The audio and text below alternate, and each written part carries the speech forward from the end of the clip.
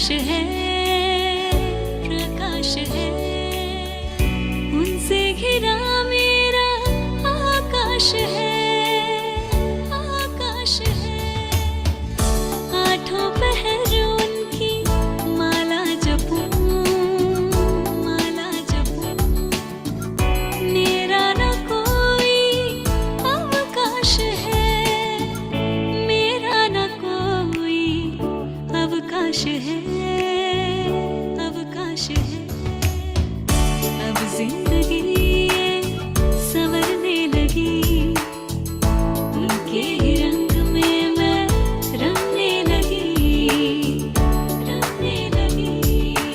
ला रा रा रा रा रा रा रा, ला रा रा रा रा रा रा, ला रा रा रा रा रा रा, ला रा रा रा रा। एक दिन ये ओशो ने मुझसे कहा, मुझसे कहा, कब से मैं तुमको रहा हूँ पुकार, रहा हूँ पुकार। फिक्र छोड़ दो सारी दुनिया की तुम, दुनिया की तुम, अब आ ही जाओ तुम मेरे द्वार, अब आ ही जाओ तुम मेरे द्वार, तुम मेरे द्वार। लगी अब मैं खुद से ही जुड़ने लगी, उनके ही रंग में मैं रंगने लगी।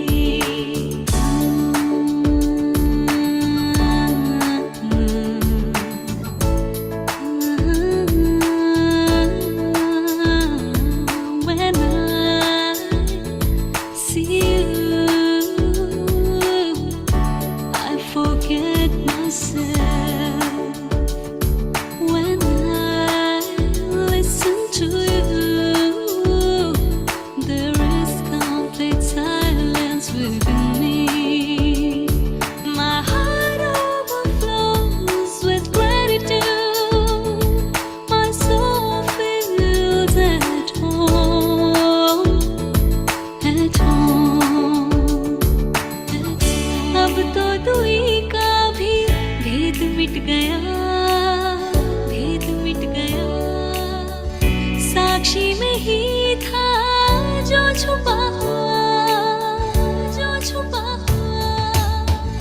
जब भी दिखे वो मैं थी कहाँ, मैं थी कहाँ।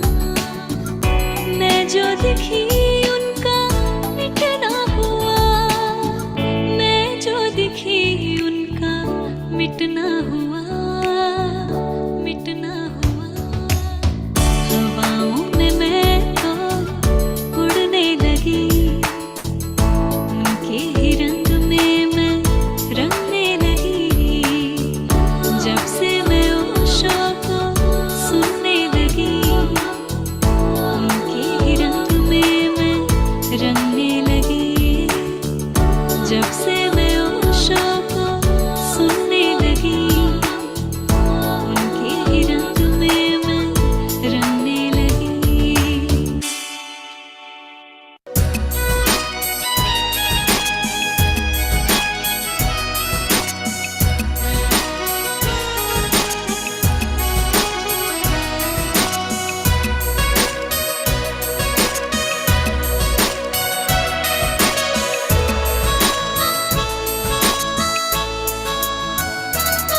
सुनो ओशो, सुनो ओशो, सुनो ओशो, क्या बोले तेरी पगली। सुनो ओशो, सुनो ओशो, सुनो ओशो, सुनो ओशो, क्या बोले तेरी पगली। सुनो ओशो, गली गली घूमती है, बस्ती में झूमती है। गली गली घूमती है, बस्ती में झूमती है। माला तेरी झूम के ये बोले, माला तेरी झूम के ये बोले। तेरी मस्त नजर से पी कर क्यों ना डोलूं रे, कर क्यों ना डोलूं रे, तू मेरे भीतर नाचे, हाँ तू मेरे भीतर नाचे, झूठ ना बोलूं रे, तू मेरे भीतर नाचे, झूठ ना बोलूं रे। तेरी मस्त नजर से पी कर क्यों ना डोलूं रे, तेरी मस्त नजर से पी कर क्यों ना डोलूं रे, तू मेरे भीतर नाचे, झूठ ना बोलूं रे, तू मेरे भीतर नाचे, झूठ ना बोलूं रे।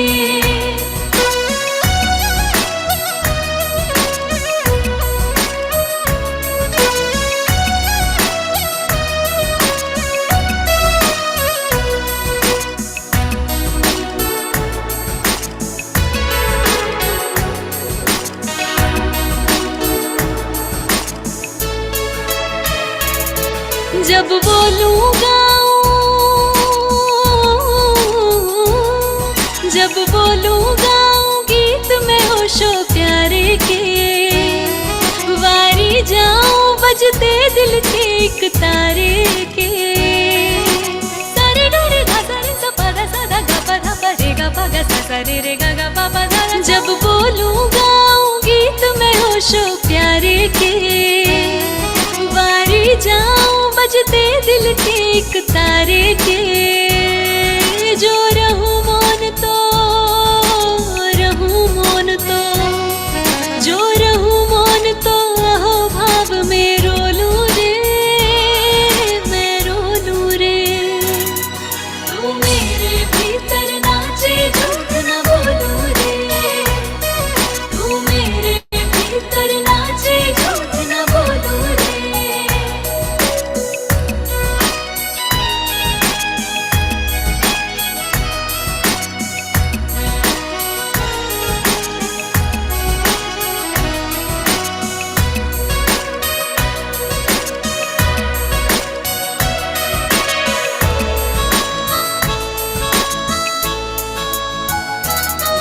भर तुमको इनमें, भर तुमको इनमें, भर तुमको इनमें, आँख बंद कर ली मैंने, सांसों में तेरी ही सुगंध भर ली मैंने।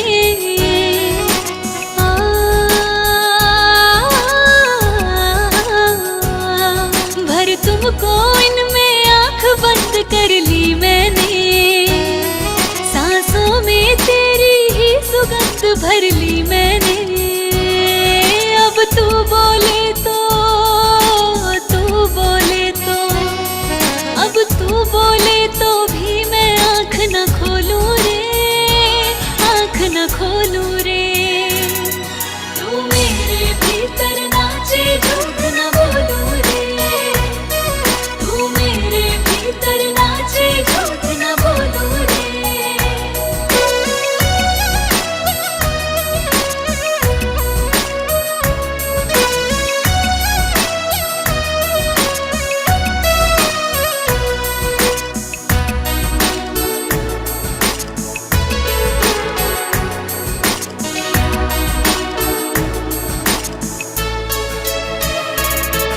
ओशो ये तूने, ओशो ये तूने, ओशो ये तूने कैसा रस बरसाया रे, मुझ में रह के मुझको मुझसे मिलवाया रे।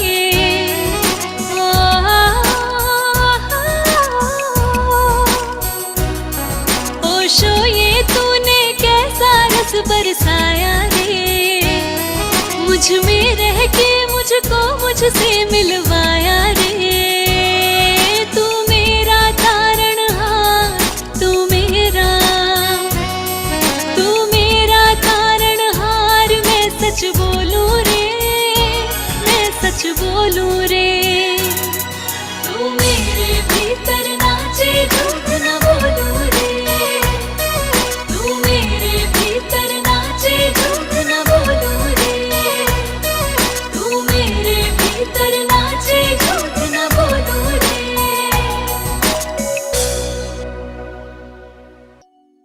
देखो जहाँ भी सब गुनगुनाए, हम क्यों ना नाचे, हम क्यों ना गाए। देखो जहाँ भी सब गुनगुनाए, हम क्यों ना नाचे, हम क्यों ना गाए। सारा आलम झूम रहा इस मस्ती के पैमाने में, मस्ती के पैमाने में, मस्ती के पैमाने में। सारा आलम झूम रहा इस मस्ती के पैमाने में। तुम भी पियो शराब प्रेम की, तुम भी पियो शराब प्रेम की, आकर इस मैखाने में। ओशो के मैखाने में, ओशो के मैखाने में, ओशो के मैखाने में, ओशो के मैखाने में। आहा।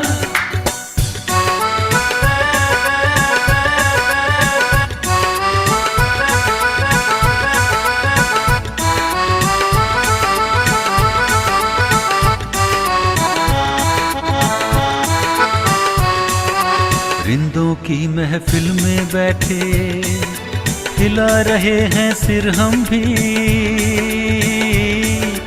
हिला रहे हैं सिर हम भी, हिला रहे हैं सिर हम भी। रिंदों की महफिल में बैठे हिला रहे हैं सिर हम भी, रिंदों की महफिल में बैठे हिला रहे हैं सिर हम भी।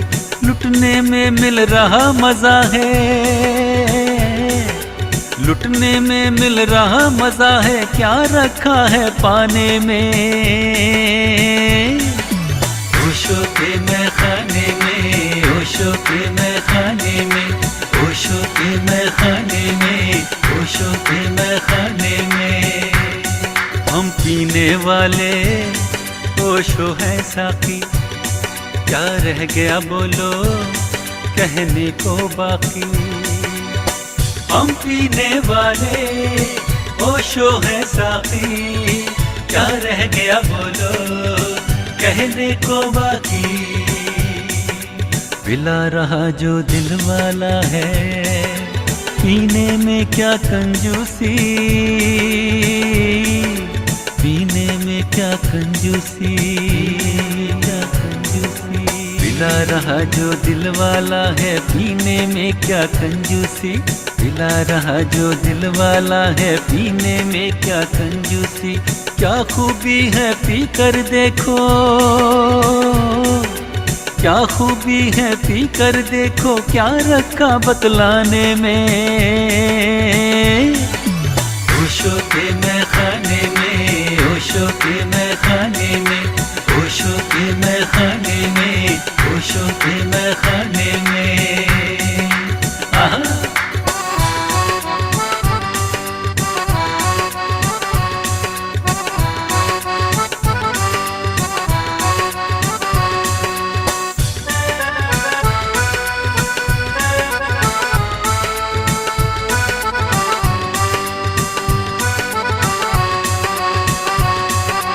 ये बुद्धों के अंगूरों से ढली हुई है मैयाला,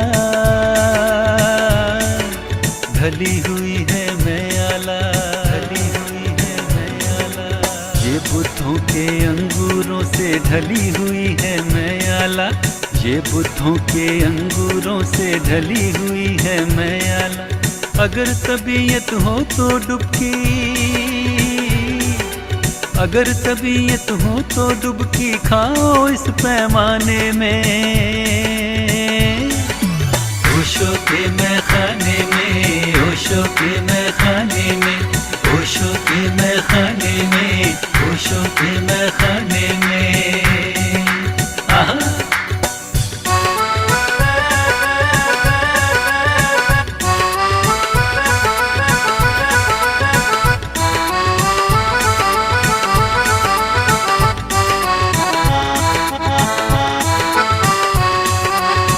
केसर कस्तूरी भैया, इसमें हंसी बहार खुली, इसमें हंसी बहार खुली, इसमें हंसी बहार खुली।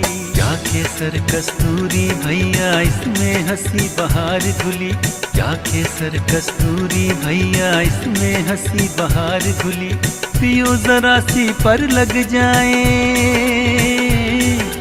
पियो जरा सी पर लग जाए, गिनती हो परवानों में। ओशो के मैखाने में, ओशो के मैखाने में, ओशो के मैखाने में, ओशो के मैखाने में। आहा, हम पीने वाले ओशो है साकी, क्या रह गया बोलो कहने को बाकी। हम पीने वाले ओशो है साकी, क्या रह गया बोलो कहने को बाकी। ऐसा मिक्सचर प्यारे तुमने कभी नहीं चखा होगा, कभी नहीं चखा होगा, कभी नहीं चखा होगा। ऐसा मिक्सचर प्यारे तुमने कभी नहीं चखा होगा, ऐसा मिक्सचर प्यारे तुमने कभी नहीं चखा होगा। जाम छलकता देख अगर लो,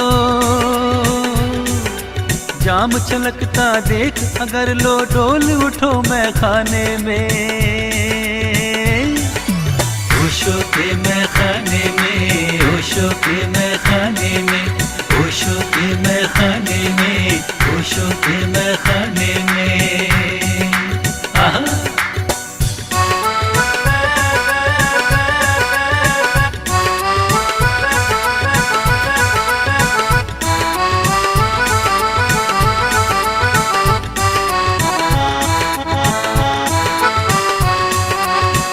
प्रेम से बनी हुई मैं, पिला रहे हैं ओशो हमें, पिला रहे हैं ओशो हमें, पिला रहे हैं ओशो हमें। ध्यान प्रेम से बनी हुई मैं, पिला रहे हैं ओशो हमें, ध्यान प्रेम से बनी हुई मैं, पिला रहे हैं ओशो हमें। पियो तरन्नुम बन जाओगे, पियो तरन्नुम बन जाओगे तुम जीवन के गाने में। ओशो के मैखाने में, ओशो के मैखाने में, ओशो के मैखाने में, ओशो के मैखाने में। आहा,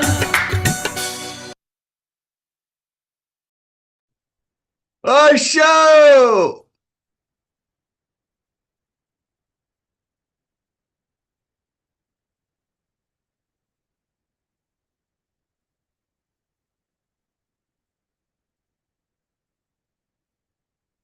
स्वागत है मित्रों संध्या के इस सुंदर सत्संग में, उत्सव आनंद और प्रफुल्लता के शिखर के साथ। ये है व्हाइट रोब brotherhood evening meeting with Osho. इसका एक विशेष संगीत होता है व्हाइट रोब ब्रदरहुड के लिए बना, जो ऊर्जस्वी संगीत अभी चलेगा। पूरी समग्रता से उत्सव में डूबते हैं और पूर्ण होता है नृत्य उत्सव 3 बार ओशो उद्घोष के साथ। उसके बाद बैठ जाते हैं शांत मौन, लगभग 10 मिनट मौन अंतराल के साथ, संगीत के साथ घना हो जाता है, गहरा हो जाता है। फिर 3 बार ड्रम की बीट और ओशो की वाणी। जो प्रवचन माला चल रही है, नाम सुमिर मन बावरे। ये बावरी पंथ हुआ। एक बावरी साहिबा जिनका दिल्ली में आश्रम है एक, तो उनकी पूरी धारा बही, जो संतों की परंपरा हुई अद्भुत, उसमें से ही संत हुए जगजीवन दास। उनके ऊपर ये प्रवचन माला, अद्भुत सूत्र हैं संत जगजीवन के। कह रहे हैं आज के इस प्रवचन में कि बौरे जामा पहिरी न जाना। ये जो जामा है इसको पहन के जाना नहीं। कोते आसी कहाते आईसी, समुझी न देख ही ज्ञाना। घर वह कौन जहां रस बासा, तहां के केहू बयाना। यहाँ तो रहियो 2-4 दिन, अंत कहाँ कहाँ जाना। पाप पुत्र की यह बाजार है, सौदा करूं मनमाना। ऐसे आज के अपूर्व उनके सुंदर वचन, जो सूत्र हैं आज, तो सूत्रों के उपरांत आज स्वामी मैत्रेय पूछ रहे हैं ओशो से कि ये संत जगजीवन जैसे हुए, और भी संत हुए, पढ़े लिखे नहीं हैं। जैसे जगजीवन तो एक चारा चराते थे वो, ऐसे कुछ भी पढ़े लिखे नहीं। तो इतने सुंदर वचन कैसे उनके मुख से निकले, कैसे वो इतनी अच्छी कविता बोल पाए ऐसे। तो ओशो आज उसका उत्तर देते हैं और फिर उसके बाद आज के ये सूत्र लेते हैं। प्रवचन के उपरांत आज हम लोग कीर्तन उत्सव के साथ संपन्न करेंगे। स्वागत है मित्रों। उत्सव के लिए तैयार होते हैं जो मित्र आज प्रथम बार जुड़े हैं। बहुत सारे मित्र यूट्यूब पर पहली बार जुड़ते हैं तो यहाँ लिखते हैं मैसेज। तो ये जो चैनल है जिससे आप जुड़े हैं यूट्यूब, उसमें सब्सक्राइब का बटन है, उसमें सब्सक्राइब कर दीजिए। तो ये आप जुड़ पाएंगे प्रतिदिन। ये फरवरी माह में ऐसा रखा है कि पहले आप टेस्ट कर लें कि ये आपके लिए ये जो सत्संग है ये अपूर्व है, और इसमें सातत्य अनिवार्य है। जो एक धारा है, प्रवचन जो हम लोग सुनते हैं पूरी श्रृंखला के रूप में, तो बने रहें इस सत्संग के साथ में। जैसा कि इस परंपरा में संत कहते हैं, गुरु प्रताप साथ की संगति। तो स्वागत है। उत्सव के लिए तैयार होते हैं, सभी मित्र खड़े हो जाएं और उत्सव में सम्मिलित होते हैं।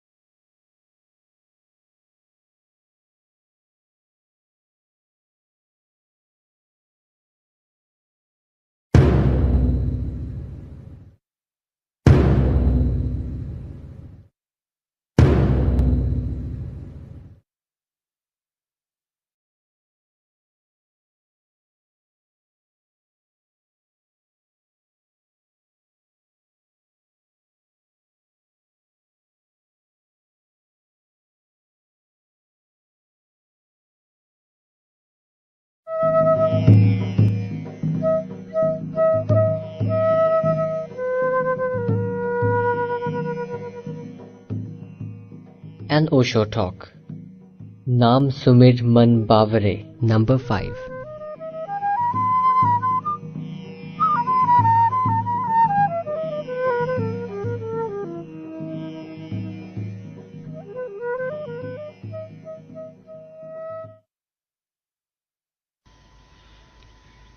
हे बौरे जामा पहरी न जाना, बौरे जामा पहरी न जाना, कांटे आसी कहाँ ते आईसी, समुझी न देखसी ज्ञाना, बौरे जामा पहरी न जाना, गर्वो कौन जहाँ रे बासा, तहाँ ते किहे उपयाना, यहाँ तो रही हो 2-4 दिन, अंत कहाँ कहाँ जाना, पाप पुण्य की ये बाजार है, सौदा करूं मन माना, हो यही कूच ऊंच नहीं जान सी, भूल सी नाही है वाना।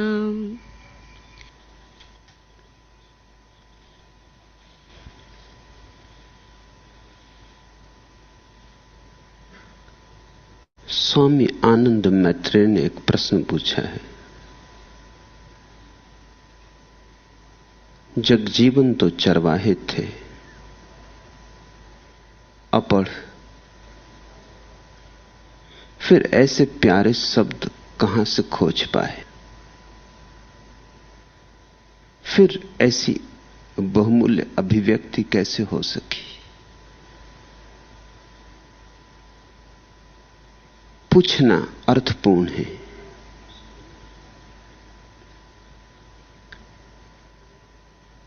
और अनेक बार यह प्रश्न पूछा गया है, अतीत में भी, आज ही नहीं सदियों सदियों में। जीसस भी चरवाहे थे, गडरिए, और जैसे शब्द जीसस ने बोले वैसे शब्द पृथ्वी पर किसी और ने बोले नहीं थे। जैसा उनका बोलने का ढंग था वह बस उनका ही था, उसकी कोई तुलना नहीं। उनकी तुलना बस उनसे ही दी जा सकती है। बहुत महाकाव्य लिखे गए, लेकिन जीसस के छोटे छोटे वचनों में जैसा काव्य है वैसा काव्य शेक्सपियर और कालिदास और भवभूति में भी नहीं। कबीर जुलाहे थे, लेकिन ऐसी वाणी फूटी है, ऐसी गंगा बही कि बड़े बड़े मात हो गए, पंडित फीके पड़ गए, शास्त्रों के जानने वाले अंधकारपूर्ण मालूम होने लगे तुलना में कबीर की, जुलाहे की तुलना में। और कबीर ने कहा है, मसी कागज छुओ नहीं, कभी स्याही छुई नहीं, कभी कागज छुआ नहीं। लेकिन कुछ और जान लिया, 2.5 आखर प्रेम का, पढ़े सो पंडित होए। वो जो 2.5 अक्षर है प्रेम का पढ़ लिया, उससे सब हो गया। सारे वेद आ गए उसमें, सारे उपनिषद आ गए उसमें, कुरान, बाइबल सब समाविष्ट हो गया। यह प्रश्न जगजीवन के संबंध में ही सच नहीं, यह प्रश्न अनंत संतों के संबंध में सच है। ये कैसे होता होगा, ये चमत्कार कैसे घटता है? इसके पीछे एक महत्वपूर्ण सूत्र है, समझ में आ जाए तो समस्या सुलझ जाएगी। जब कहने को कुछ होता है, जब प्राण कहने से भरे होते, जब प्राण बहने को आतुर होते, जब रस की गागर पूरी भर जाती, तो शब्द अपने आप खोज लिए जाते। तुमने देखा, जब तुम क्रोध में होते हो तब तुम किस तेजी से बोलने लगते हो। अक्सर ऐसा हो जाता है कि जो लोग हकलाते हैं वो भी क्रोध में नहीं हकलाते, भूल ही जाते हैं हकलाना। क्रोध का एक ताप होता है, विस्मरण ही हो जाता है। हकलाने की फुर्सत कहां, सुविधा कहां? और गालियां ऐसे बहने लगती हैं जैसे सदा सदा उनको सोच के संभाला हो। मैं क्रोध से उदाहरण दे रहा हूं क्योंकि क्रोध से तुम्हारी पहचान है। क्रोध में मूक भी वाचाल हो जाते। मैं तुम्हें प्रेम का उदाहरण नहीं दे रहा हूं क्योंकि उससे तुम्हारी पहचान नहीं है।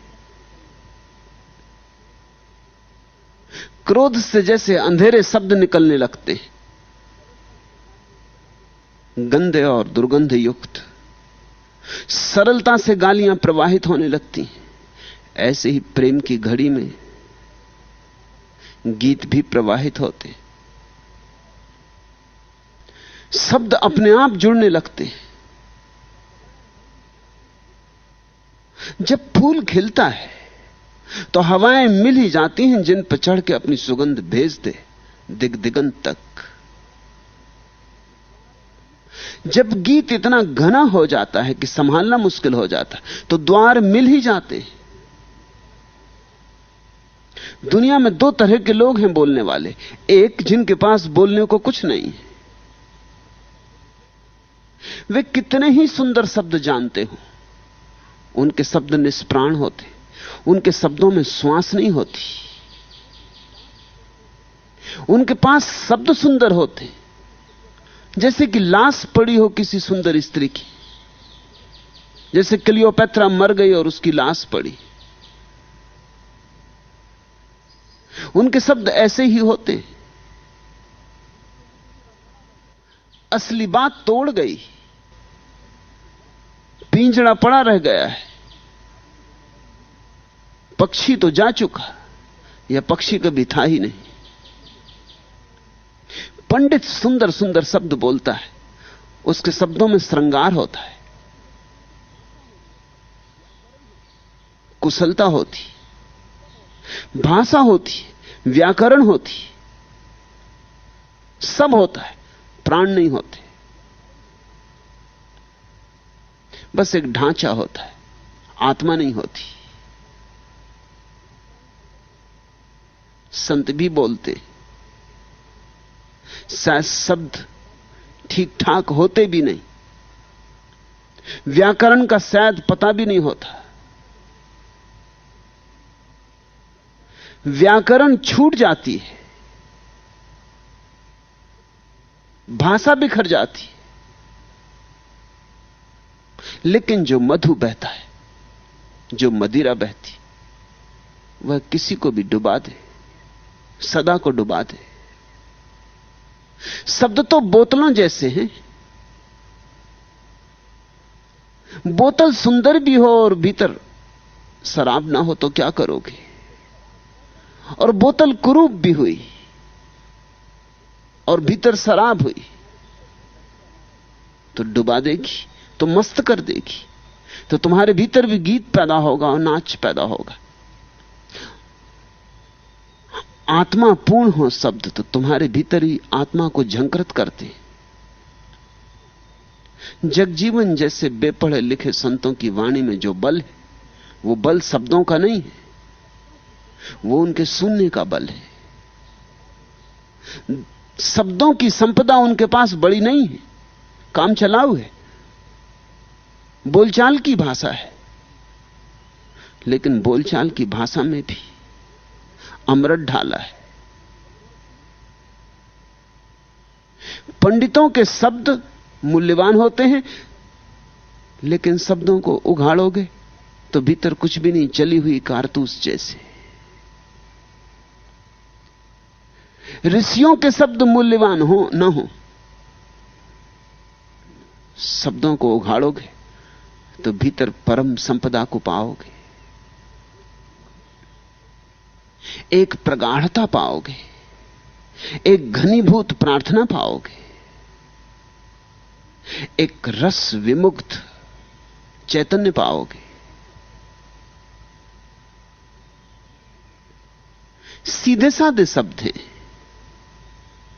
जगजीवन जो बोल रहे, कुछ जटिल नहीं है, लोक भाषा है जैसा सभी लोग बोल रहे होंगे। इनमें एक भी शब्द ऐसा नहीं जो पारिभाषिक हो, कि जिसे देखने के लिए तुम्हें शब्दकोश उलटना पड़े। अगर तुम्हें कुछ शब्द कठिन मालूम पड़ते हो तो उसका कारण यह नहीं है कि वो शब्द कठिन है, उसका कुल कारण इतना है कि वो लोक व्यवहार के बाहर हो गए, उस दिन की लोक भाषा के, आज उनका उपयोग नहीं होता। अन्यथा बिल्कुल काम चलाऊ है। गाड़ीवान बोलता था, दुकानदार बोलता था, चरवाहा बोलता था, लकड़हारा बोलता था, जुलाहा बोलता था, कुम्हार बोलता था, उन्हीं के शब्द हैं। लेकिन शब्द ज्योतिर्मय। पंडित के शब्द ऐसे होते हैं, कोरे पंडित के शब्द जैसे दिया, तेल भरा, बाती लगा मगर ज्योति नहीं। संतों के शब्द ऐसे होते हैं, दिया मिट्टी का, टेढ़ा मेढ़ा, किसी ने गढ़ दिया होगा, तेल भी गरीब का, शायद शुद्ध भी ना हो,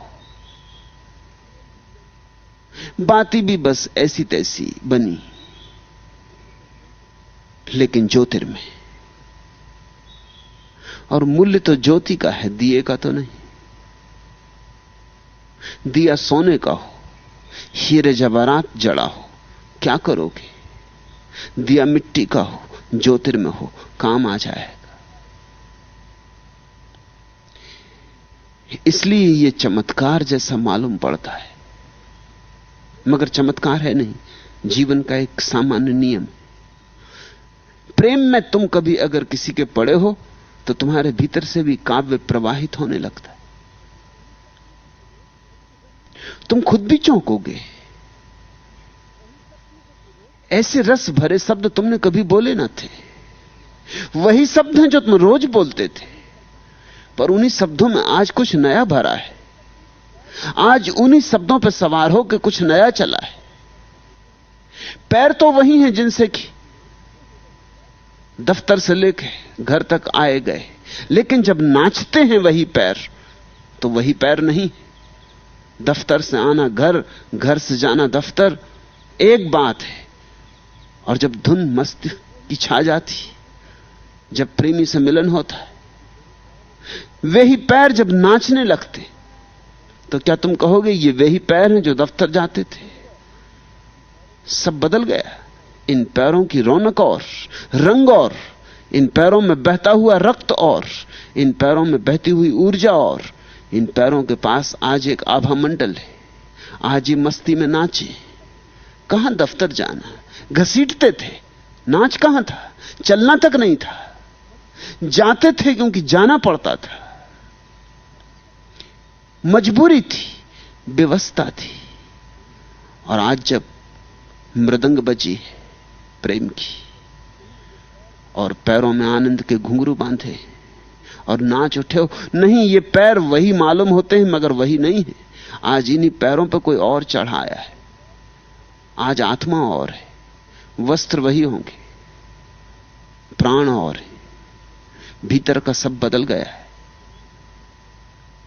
ये शब्द जगजीवन के साधारण ही हैं, लेकिन इन शब्दों में असाधारण समाया है। उस असाधारण के कारण साधारण शब्द भी बहुमूल्य मालूम होते। जैसे बुद्ध के हाथ में कोई साधारण सा गुलाब का फूल, क्या तुम सोचते हो किसी और हाथ में यही फूल इसी मूल्य का होगा? नहीं होगा। संदर्भ बदल गया। बुद्ध के हाथ में बात और है, हाथ हाथ की बात और है। बुद्ध के हाथ में यही साधारण सा फूल असाधारण हो गया है। इसकी गरिमा और है, इसकी महिमा और है। जैसे सारे अस्तित्व का सौंदर्य इससे प्रकट हो उठा है। बुद्ध जिस वृक्ष के नीचे बैठे हो वो सूखा भी हो तो कहानियां कहती हैं हरा हो जाता। वो कहानियां सार्थक है, ऐतिहासिक नहीं है। इस बात को ख्याल रखना। बौद्ध कथाएं कहती कि बुद्ध जिस वृक्ष के नीचे बैठ जाते वो अगर सूखा भी हो तत्क्षण हरा हो जाता, घनी उसके नीचे छाया हो जाती। करनी ही पड़ेगी छाया, बुद्ध आकर बैठे हो तो। फूल खिलाते।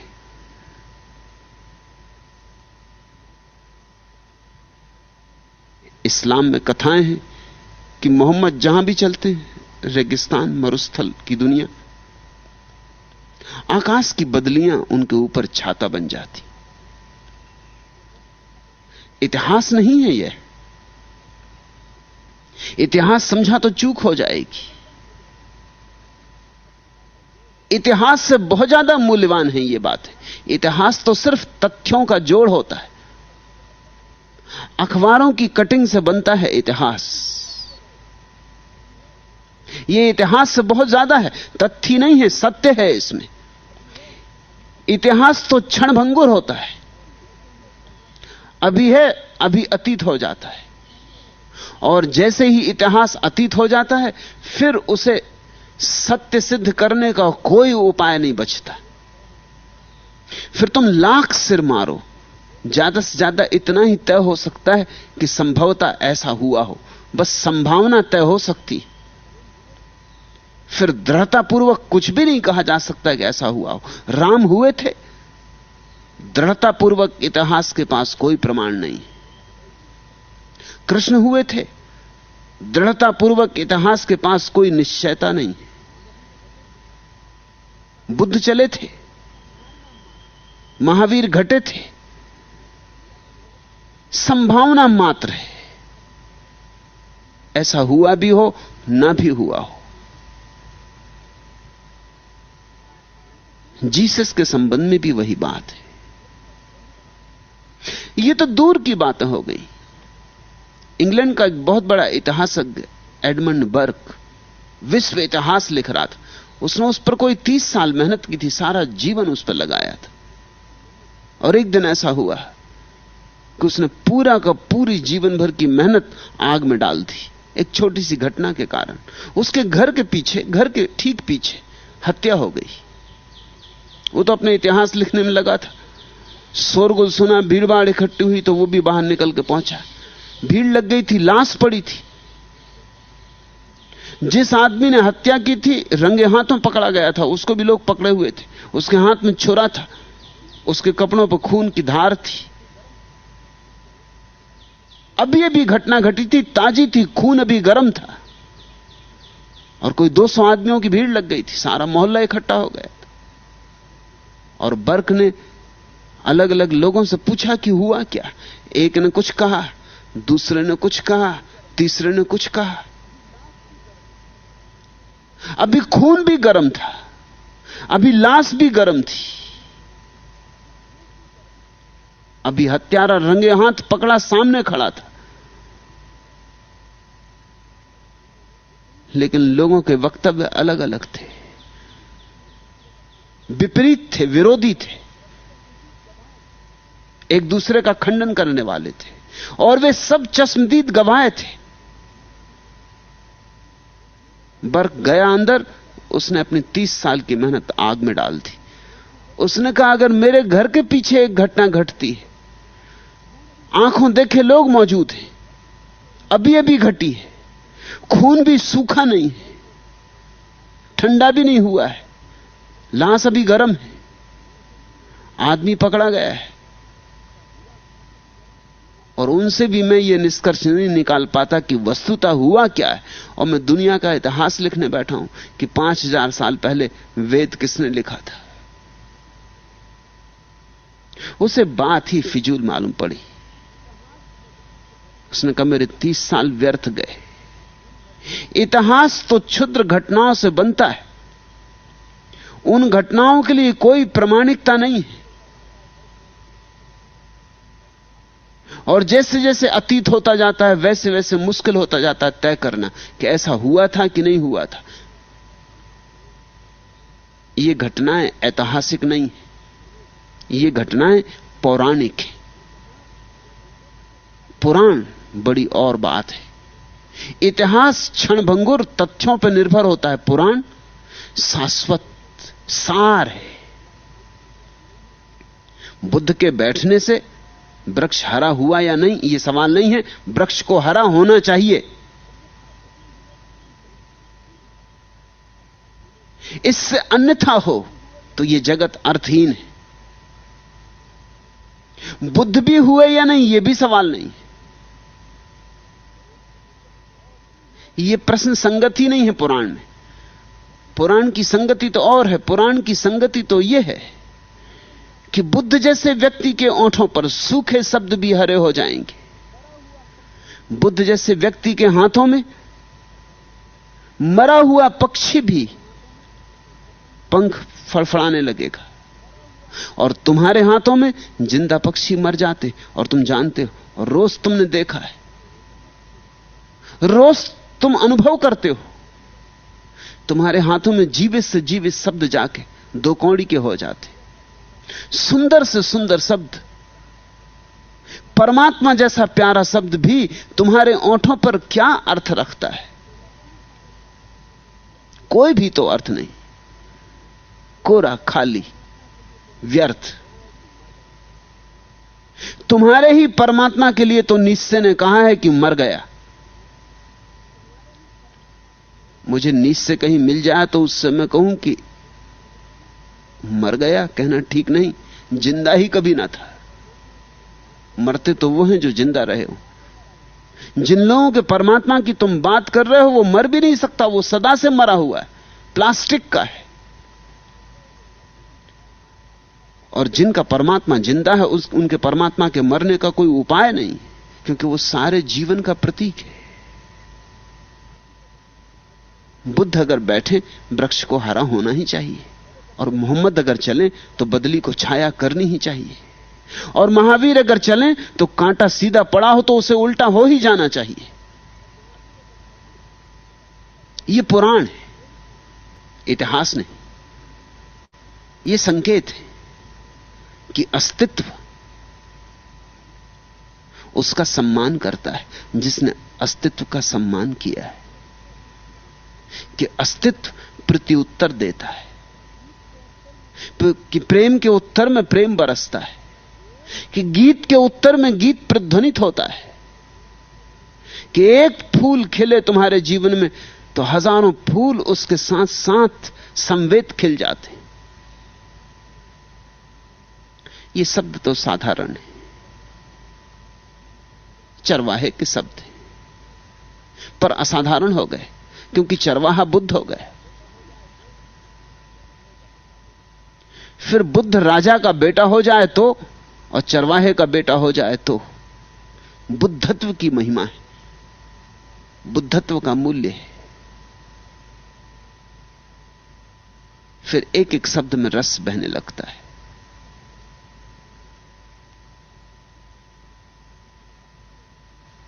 बोरे जामा पहरी न जाना। जगजीवन कहते हैं, रे पागल एक बात ख्याल कर ले, मैं शरीर हूं ऐसा ही मानते मानते मत मर जाना। शरीर तो जामा है, वस्त्र मात्र है, परिधान है। शरीर ही मैं हूं ऐसा ही सोचते सोचते मर गया तो फिर शरीर में आ जाना पड़ेगा, क्योंकि हम जो सोचते हैं वही हमारा भविष्य बन जाता है। विचार के बीज भविष्य के वृक्ष हैं। मरते क्षण अगर तुम यही सोचते मरे कि मैं शरीर हूं तो मर भी ना पाओगे और नए गर्भ में प्रवेश कर जाओगे, क्योंकि तुम्हारा विचार ही तुम्हें दिशा देता है। बोरे जामा पहरी न जाना, जाते समय तक इतनी तैयारी कर लेना कि तू ये जानता हुआ जा सके कि मैं देह नहीं हूं, देह तो वस्त्र मात्र है, कि मैं घर नहीं हूं, मैं घर का मालिक हूं। जब देह टूटने लगे तो ऐसा मत समझना कि तू टूट रहा है। जब देह मरने लगे तो ऐसा मत सोचना कि मैं मर रहा हूं। तेरी कोई मृत्यु नहीं, तू अमृत है, अमृतस्य पुत्रः। मृत्यु तो बस आवरण की है। यही देह जन्मती है, यही देह मरती है। न तो तू कभी जन्मता है, न कभी तू मरता है। जो ऐसा जान के विदा होता है फिर दोबारा नहीं आता। फिर इस दोबारा पीड़ा और नर्क में उसे नहीं उतरना पड़ता, वह मुक्त हो जाता है। उसकी सारी सीमाएं गिर जाती। देह सीमा है, वह असीम हो जाता, उसकी बूंद सागर हो जाती, वह उस अनंत आकाश का अंग हो जाता है। बोरे जामा पहरी न जाना, सोते असी कहां ते आई सी। तू आया कहां से, तू है कौन, समझ न देख सी ज्ञाना। न तो तूने देखा, न समझा, न जागा, और फिर भी तू सोचता है कि तुझे ज्ञान है। तेरा ज्ञान दो कौड़ी का है। कर लिया होगा कंठस्थ वेद, इससे कुछ सार नहीं। मृत्यु के क्षण में कंठस्थ किए हुए वचन, चाहे वे वेद के हों और चाहे कुरान के, काम नहीं आएंगे। कंठ ही साथ नहीं जाएगा तो कंठस्थ कैसे साथ जाएगा। सिर यहीं पड़ा रह जाएगा तो सिर में जो भरा है वो भी यहीं पड़ा रह जाएगा। सिर के भरे में बहुत भरोसा मत करना, सिर में तो जो भी भरा है भूसा है।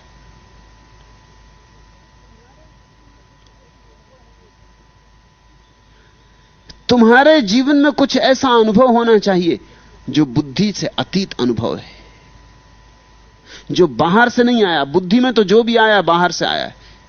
किताब पढ़ी, किसी को सुना, किसी से बात की, स्कूल विश्वविद्यालय सीखा, वही सब तुम्हारी बुद्धि में भरा है। बुद्धि तो एक कंप्यूटर है जिसमें बाहर से सूचनाएं डाली जाती। बुद्धि तो एक टेप रिकॉर्ड है, एक ग्रामाफोन रिकॉर्ड है जिसमें बाहर से सूचनाएं भर दी जाती, फिर बुद्धि उसे दोहराती रहती। और बड़ा मजा है, हम इसी को बड़ा मूल्य देते। जो जितना अच्छा ग्रामाफोन रिकॉर्ड है उसको हम कहते हैं उतनी बुद्धिमान। विश्वविद्यालय उसे स्वर्ण पदक देते, और उसने प्रमाण क्या दिया है बुद्धि का? एक ही प्रमाण दिया है कि जो भी साल भर शिक्षकों ने उसकी खोपड़ी में भरा था, उसने परीक्षा की कॉपी पर उसका वमन कर दिया, उल्टी कर दी।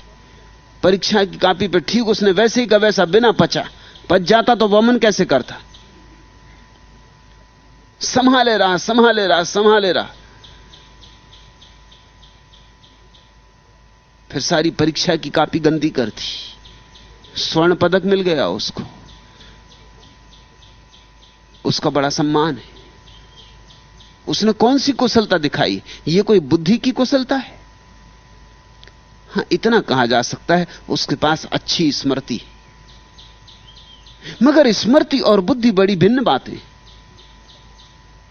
मनोवैज्ञानिक जिसको बुद्धि का माप कहते, इंटेलिजेंस कोशिएंट कहते, वह वस्तुतः बुद्धि का माप नहीं, केवल स्मृति का माप है। और याददाश्त का अच्छा होना और बुद्धि का अच्छा होना पर्यायवाची नहीं है। अक्सर ऐसा होता है कि जिनकी याददाश्त बहुत अच्छी होती, उनके पास बुद्धि जैसी चीज नहीं होती, और जिनके पास बुद्धि जैसी चीज होती, उनकी याददाश्त बहुत अच्छी नहीं होती। तुमने बहुत कहानियां सुनी होंगी, बड़े बड़े बुद्धिमान और याददाश्त उनकी बड़ी कमजोर। इमैनुअल कांट की याददाश्त इतनी कमजोर कि एक सांझ अपने घर आया, द्वार पे दस्तक दिया, सांझ है, सूरज ढल गया, घूम के लौटा है अपने ही घर। नौकर ने छज्जे से झांका, समझा कि कोई आया होगा मालिक को मिलने, तो उसने कहा मालिक घूमने गए, थोड़ी देर बाद आना। तो वो वापस लौट गया।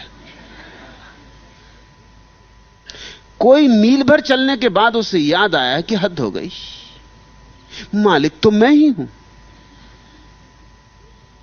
और भी मैंने एक कहानी सुनी जो इससे भी ज्यादा अद्भुत है। एक रात लौटा घूमने के बाद, बूढ़ा हो गया था कांट।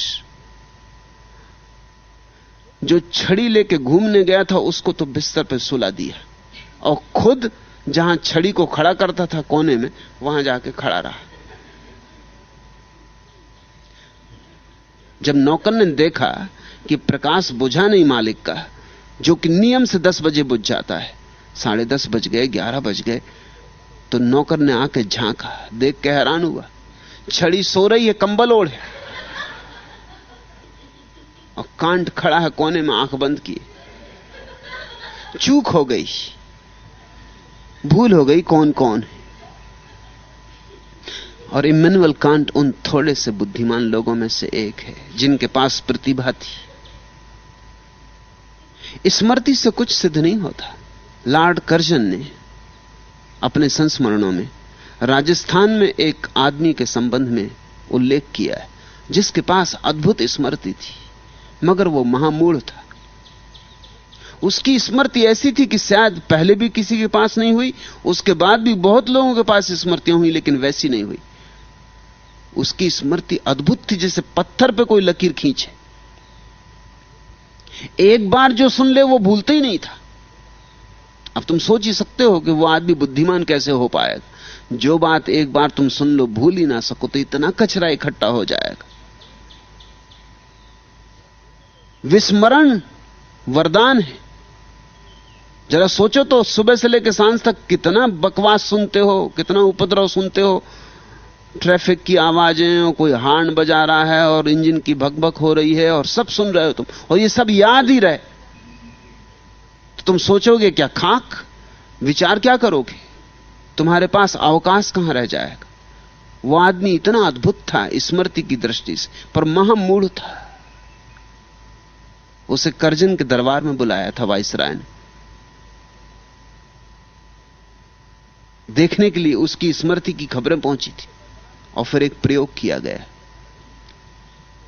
कर्जन के दरबार में जितनी भाषाओं को जानने वाले अलग अलग लोग थे, 30 लोग खोजे गए, और उन 30 लोगों को बिठाया गया, और उन 30 ने अपने अपने मन में अपनी अपनी भाषा का एक एक वचन ख्याल में रखा। और यह आदमी, ये राजस्थानी आदमी पहले नंबर 1 के पास जाएगा। वो अपनी भाषा के जो वचन को उसने अपने भीतर सोच रखा है, उसके पहले शब्द को कहेगा, तब एक जोर का घंटा बजाया जाएगा। फिर यह आदमी दूसरे के पास जाएगा, वो अपनी भाषा का पहला शब्द कहेगा। ऐसा ये 30 आदमियों के पास चक्कर लगाएगा, और हर बार घंटा बजेगा। फिर ये नंबर 1 के पास आएगा, अब वो अपने वचन का दूसरा शब्द इससे कहेगा।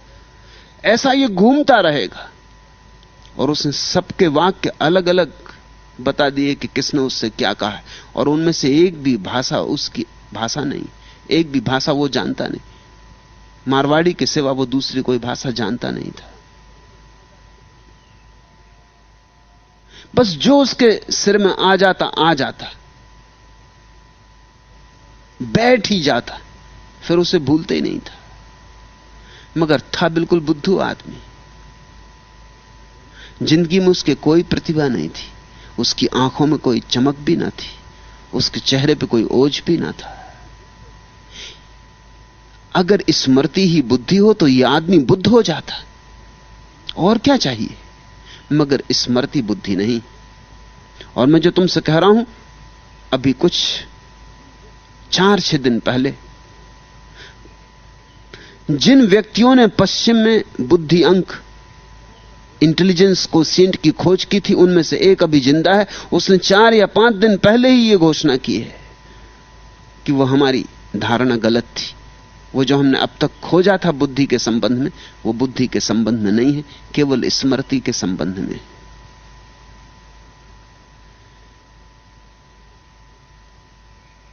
कहां से आए हो, कौन हो, न इसे देखा न इसे पहचाना, और सोचते हो कि ज्ञानी हो, क्योंकि वेद याद है, कुरान याद है, गीता रोज पढ़ते हो। यह ज्ञान 2 कौड़ी का है। ग्रामाफोन रिकॉर्ड बनने से तुम मुक्त ना हो जाओगे। तुम्हें उस ज्ञान की तलाश करनी होगी जिसका झरना तुम्हारे भीतर से ही बहे, बाहर से नहीं।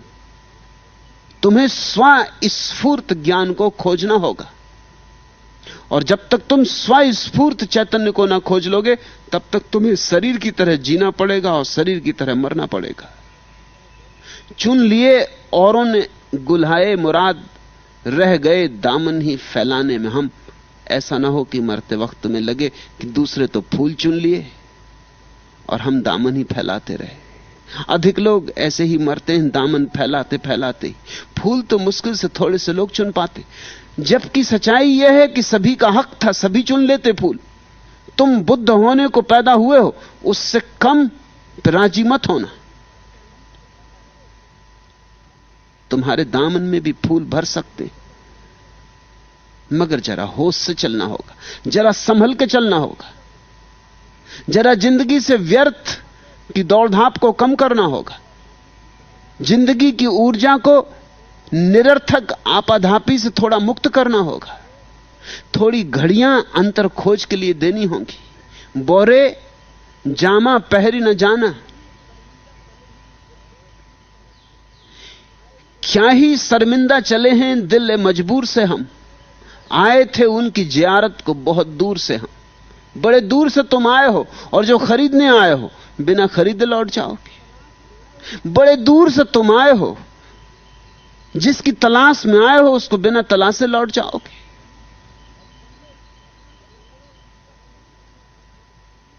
और समझो यहां कोई दूसरा तुम्हें नहीं संभालेगा। मैगदा है या समझ बूझ के पीना एरिंद, कोई गिरते हुए पकड़ेगा ना बाजू तेरा। यहां तो सब पिए बैठे हैं, कोई मद, कोई पद, कोई धन।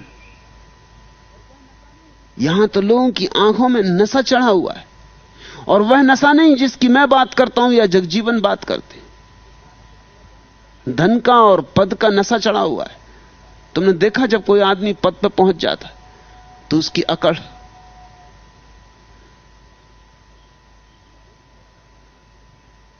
उसका अहंकार। तुमने देखा जब किसी आदमी के पास धन इकट्ठा हो जाता तो उसके पैर जमीन पर नहीं पड़ते। ये सब नशे हैं, और शराब से कहीं ज्यादा बदतर नशे हैं, क्योंकि शराब तो तुम्हारी देह को ही नुकसान पहुंचाती, ये तुम्हारी आत्मा को भी सड़ा देते। इसलिए तुम्हारा शराबी तुम्हारे राजनीतिक से लाख गुना बेहतर होता है, क्योंकि शराबी हो सकता है 1 आध साल जल्दी मर जाएगा, और क्या होगा। शरीर थोड़ा कमजोर होगा, और क्या होगा। लेकिन राजनीतिक खोखला हो जाता है, अपनी आत्मा को बेच देता है। बेचनी ही पड़ती है उसे, नहीं तो पद की सीढ़ियां नहीं चढ़ सकता। उसे सारी चालबाजियां, बेईमानियां, सारे पाखंड करने ही पड़ते, झूठे आश्वासन देने ही पड़ते, उसे धोखे देने ही पड़ते। जो जितना धोखा देने में कुशल है उतना ही सफल हो पाएगा। और जिसको नशा लग जाता है पद का, जिंदगी भर नहीं उतरता, लगा ही रहता है। वो जो भी करता है बस उसी नशे के लिए करता है। एक धुन सवार हो जाती। मैगदा है यह समझबूझ के पीना ए रिंद, कोई गिरते हुए पकड़ेगा ना बाजू तेरा। तुम अपने को संभालो तो संभाल सकते हो, कोई और तुम्हें संभालने वाला नहीं है। इसलिए कहते हैं ए पागल ए बौरे, जामा पहरी न जाना, घर वह कौन जहां रह बासा, तहां ते क्यों पयाना। कहां से तू आ रहा है, किन किन घरों में रहा है। ये घर जिसमें तुम अभी हो, ये देह तुम्हारा पहला घर नहीं है। तुम न मालूम कितनी देहों में रहे हो, न मालूम कितनी योनियों में भटके हो। यात्रा लंबी है तुम्हारी, तुम्हारी आत्मा पर बड़ी धूल है, लंबी यात्रा की धूल है। और स्नान की तो तुम भूल ही गए हो। शरीर को तो धो भी लेते हो, आत्मा को तो कभी निखारते नहीं, धोते नहीं। आत्मा को निखारने की कला का नाम ही ध्यान है। आत्मा को सुवासित करने की कला का नाम ही प्रेम है। आत्मा के दर्पण से धूल को बिल्कुल पोंछ देने का नाम ही भक्ति भाव है, प्रभु स्मरण है। यहां तो रहिए 2-4 दिन, इस घर में भी 2-4 दिन रहोगे, ऐसे ही और बहुत घरों में भी रहे हो। अंत कहां कहां जाना, और फिर जाना पड़ेगा, और घरों में भटकते ही रहोगे, भटकते ही रहोगे। कब अपने को पहचानोगे, कब झांक कर देखोगे इस मालिक को। और जिस दिन तुम देख लोगे मालिक को, उस दिन तुम चकित हो जाओगे। इस सारे जगत का स्वामी तुम्हारे भीतर बैठा है, कुछ कमी नहीं तुम्हारे भीतर, सब भरा पूरा है, सब परिपूर्ण है, घट भरा है। और तुम भिखारी बने घूम रहे हो। तुमने अपनी बड़ी दुर्दशा कर रखी सिर्फ इसी ख्याल से कि तुम भिखारी हो। और यह भिखारीपन जारी रहेगा जब तक तुम देह से अपना तादात्म्य नहीं तोड़ लेते हो। सुनी हिकायतें हस्ती तो दरमिया से सुनी, न इब्तिदा की खबर है न इंतहा मालूम, न तो पता प्रारंभ का और न अंत का। जिंदगी की कहानी तो बस 20 से शुरू हो गई, जैसे कोई उपन्यास 20 से खोल दे और शुरू कर दे, या पहुंच जाओ फिल्म में और इंटरवल से देखने लगो। न तो कुछ प्रारंभ का पता है न अंत का कुछ पता है, बस बीच में आंख खुलती है और जिंदगी शुरू हो जाती। इसलिए तो जिंदगी में अर्थ नहीं मालूम होता। बिना प्रारंभ जाने अर्थ मालूम कैसे हो, बिना अंत जाने अर्थ कैसे मालूम हो। प्रथम और अंत का पता चल जाए तो मध्य का भी रहस्य खुल जाए।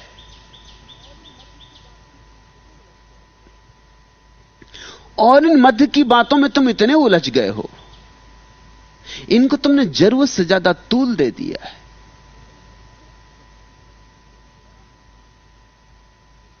छोटी छोटी चीजों को बड़ा बना लिया, राई के पर्वत खड़े कर लिए।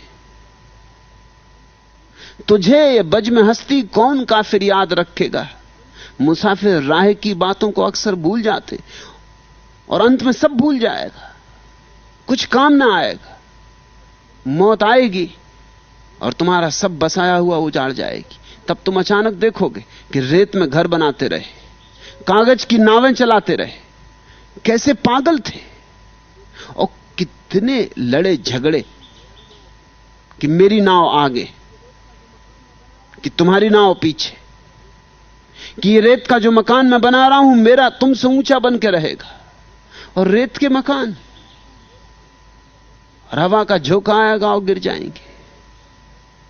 ताश के पत्तों के महल खड़े कर रहे हो और दूसरे से ऊंचा कर लेना है, दूसरे को पीछे छोड़ देना है।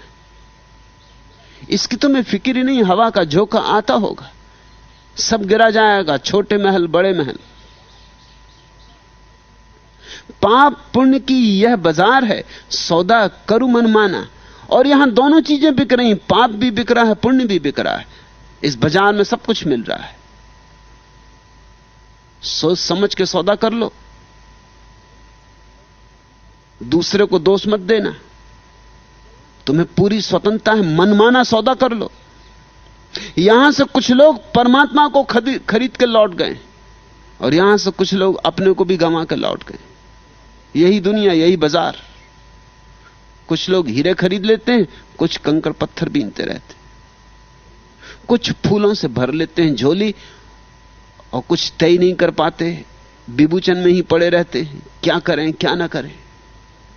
ऐसे ही समय बीत जाता है। एक मित्र यहां मेरे पास आते, आज भी मौजूद है। आज 3 साल से निरंतर सोच रहे हैं सन्यास लूं कि ना लूं। बार बार मुझे पत्र लिखते हैं कि आप कहें कि लूं या ना लूं।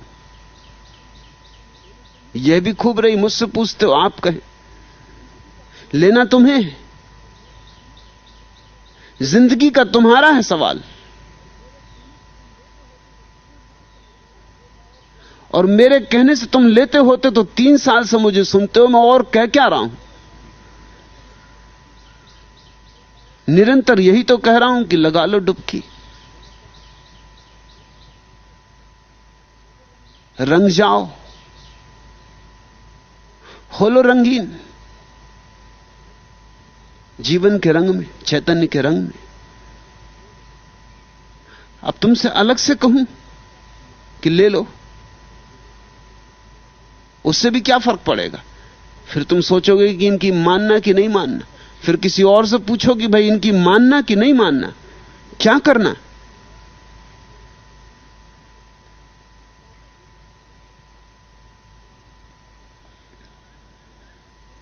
पाप पुण्य की यह बाजार है, सौदा करू मनमाना। होई ऊंच होई कूच ऊंच नहीं जानसी, भूलस नाही हैवाना। यहां से तो जाना पड़ेगा, जाना सुनिश्चित है।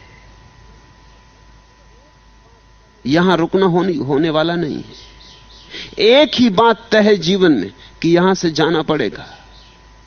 और तब न कोई ऊंचा होगा न कोई नीचा होगा, न कोई आगे होगा न कोई पीछे होगा। दिखावे के हैं सब ये दुनिया के मेले, भरी वज़्म में हम रहे हैं अकेले।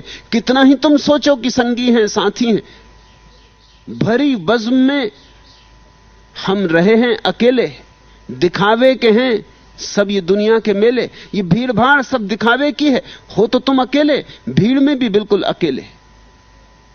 अकेले ही आए हो, अकेले ही जाना पड़ेगा। भरी महफिल में दम घुटता है उफरे, दर्द ए तन्हाई। सब अपने हैं मगर सच है, किसी का कौन होता है। बस कहने की बातें, सपने की बातें।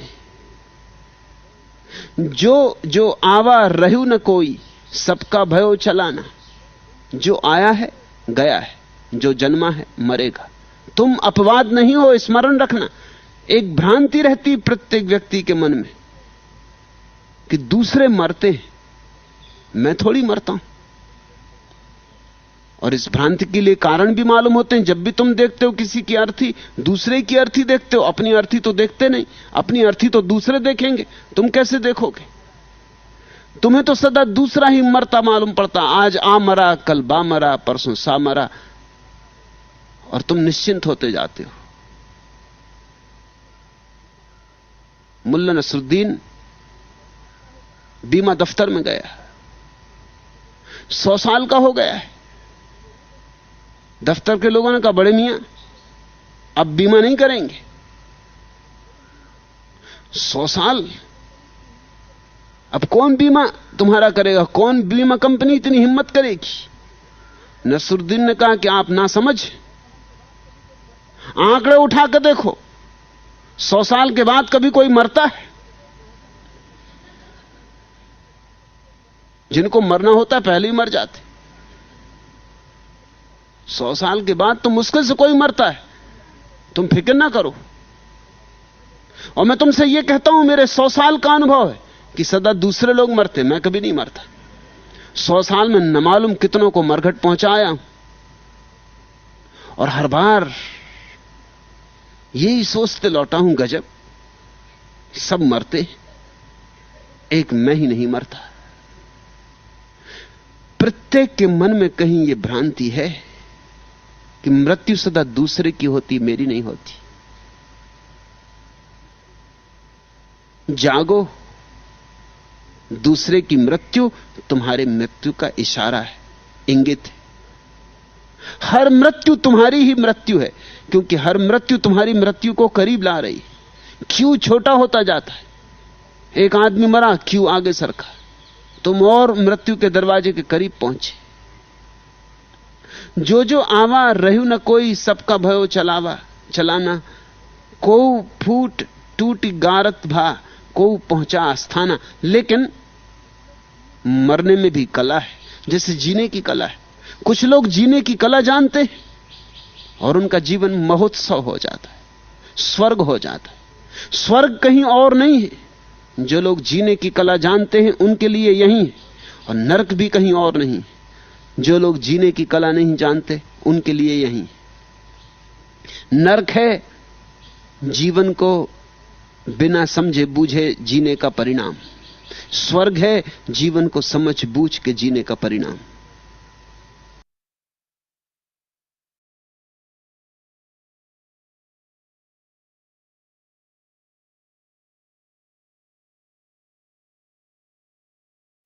हंसे हंसे जीना, हंसते हुए मरना। हंसे हंसे जीना, हंसते हुए मरना। हंसने की कला बताई हमें, हंसने की कला सिखाई हमें। हंसते हुए निकले दम, हंसते हुए निकले दम, गुरु और सो को नमन। निकले हुए निकले दम, गुरु और सो को नमन। मरने की कला बताई हमें, मरने की कला बताई हमें। मरने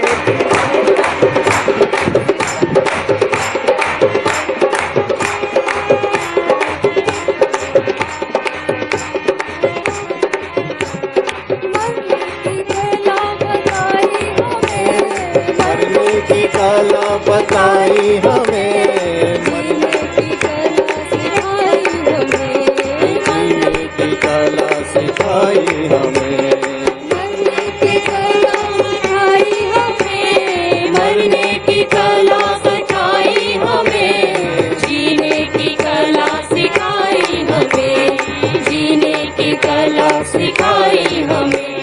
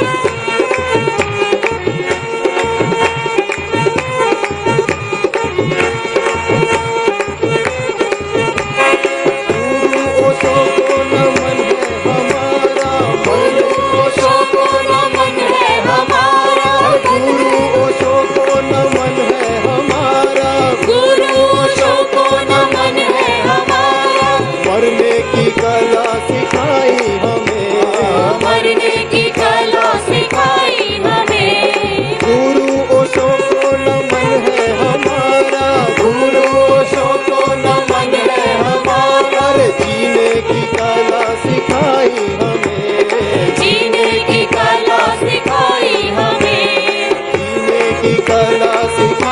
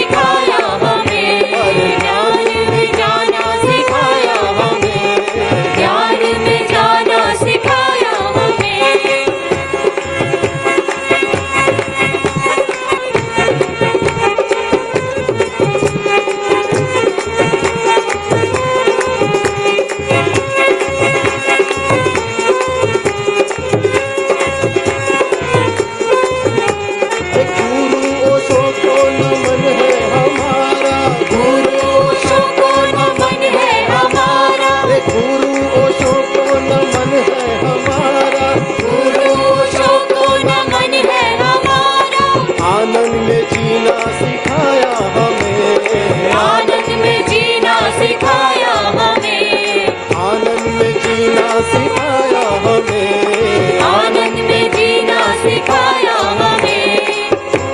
ओशो को नमन है हमारा, गुरु ओशो को नमन है हमारा, नमन है हमारा, नमन है हमारा, नमन है हमारा, नमन है हमारा। और मरने की कला सिखाई हमें, मरने की कला सिखाई हमें, अरे मरने की कला सिखाई हमें, मरने की कला सिखाई हमें।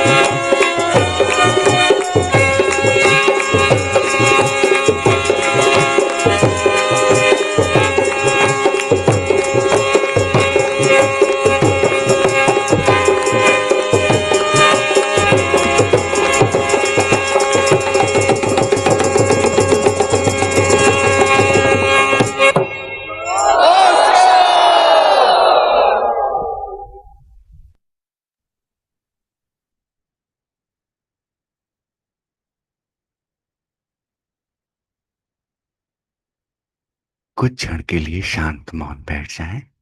Please sit in silence for a while।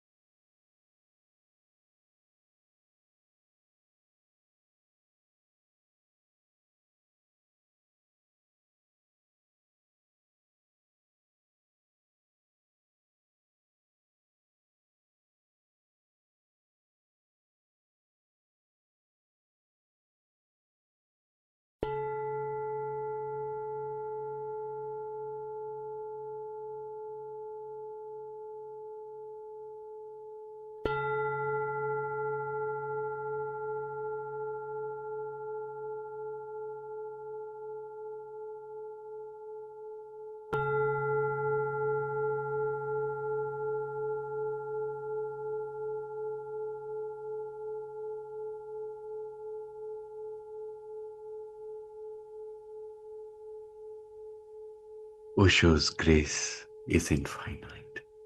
The meeting of the White Robe Brotherhood is completed. सभी मित्रों को धन्यवाद, अहोभाव।